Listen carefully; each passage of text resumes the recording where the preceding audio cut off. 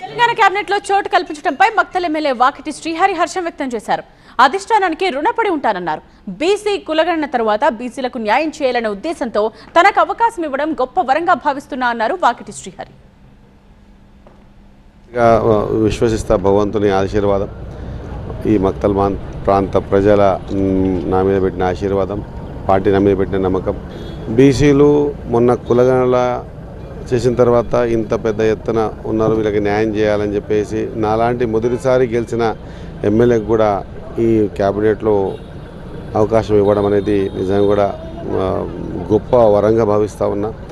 రాహుల్ గాంధీ గారి ఆలోచన జిస్కి జిత్ని ఆబాది ఉస్కి ఉత్ని హిస్సేదారి అని, ఇంకా పార్లమెంటు అసెంబ్లీ కడప తొక్కని వెనుకబడ్డ జాతులు ఎన్నో ఉన్నాయి, అందరినీ కూడా అవకాశం ఇవ్వాలని ఊకే అనడం కాదు, నాలాంటి వాడికి కూడా మంత్రివర్గంలో అవకాశం ఇచ్చి ఈరోజు నిజంగా కూడా తన ఆలోచన విధానాన్ని నిరూపించుకున్నందుకు అందరికి కూడా హృదయపూర్వక ధన్యవాదాలు తెలియజేసుకుంటాను.